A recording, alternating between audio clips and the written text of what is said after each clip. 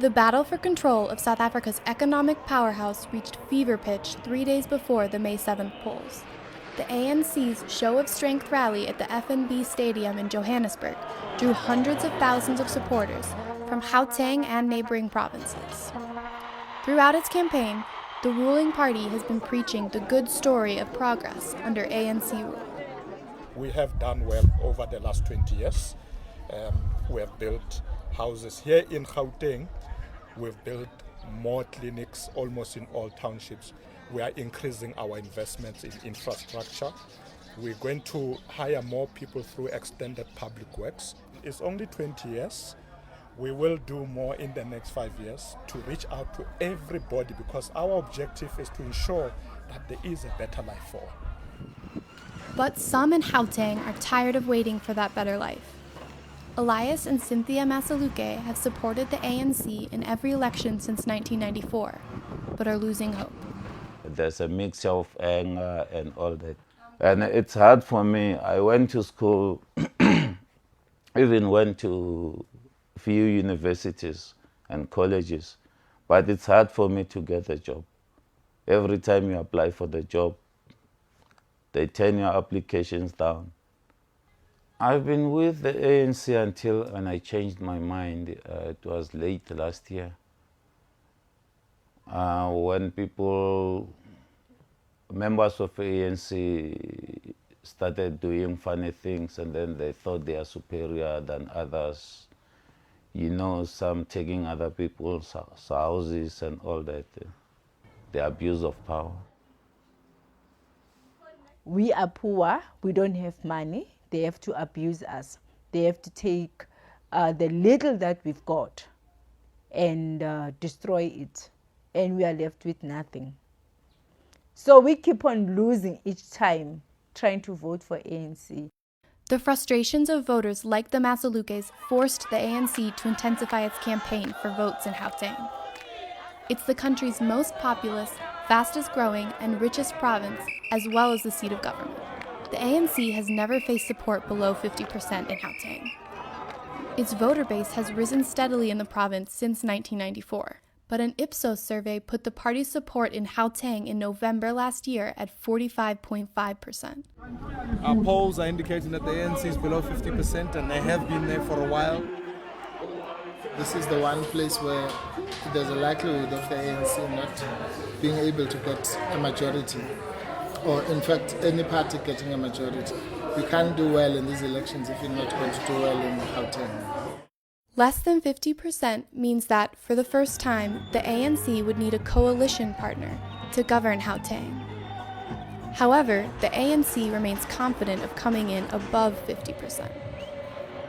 Paul Mashatile maintains that polls don't predict the outcome of an election. Surveys are indicating that we are above 60%. Our target, of course, was 70%. We'll be happy with 65%. Voters change their minds as you engage them.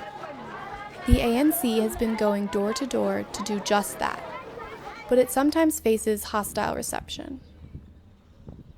T-shirts and CDs aren't enough for disgruntled township residents complaining of a lack of water, jobs, and education. It's only now, because there's a voting time now, you come and give us the T-shirts and stuff. But we don't want a T-shirt. I can afford to buy myself a T-shirt and a CD.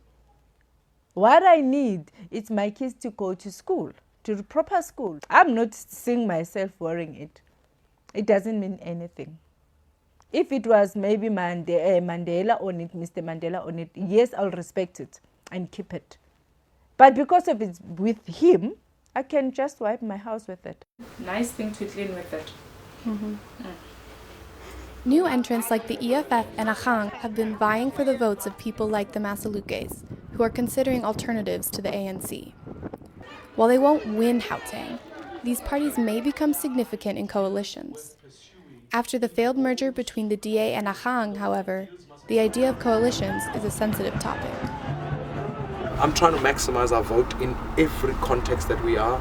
We're going out in numbers because obviously to govern on your own is better than governing within a coalition because you can execute on your policies. You can't go into a coalition and not be able to govern. That would be criminal. Coalitions, if we are forced into that situation, will be guided by principle. If people agree with our policies, then there might be room to talk. If they don't, then there won't be any room to talk. Interesting things are going to happen post the election. Lots of interesting things. And I don't think we know what it's going to look like. What we need to be guided by is what is in the best interest of the country. It's good to have an opposition because you cannot keep on doing the wrong things. So with the opposition parties like DA, EFF, whatever, Agang and all that, I think maybe there might be a change. I think it will push the ANC to do the right things.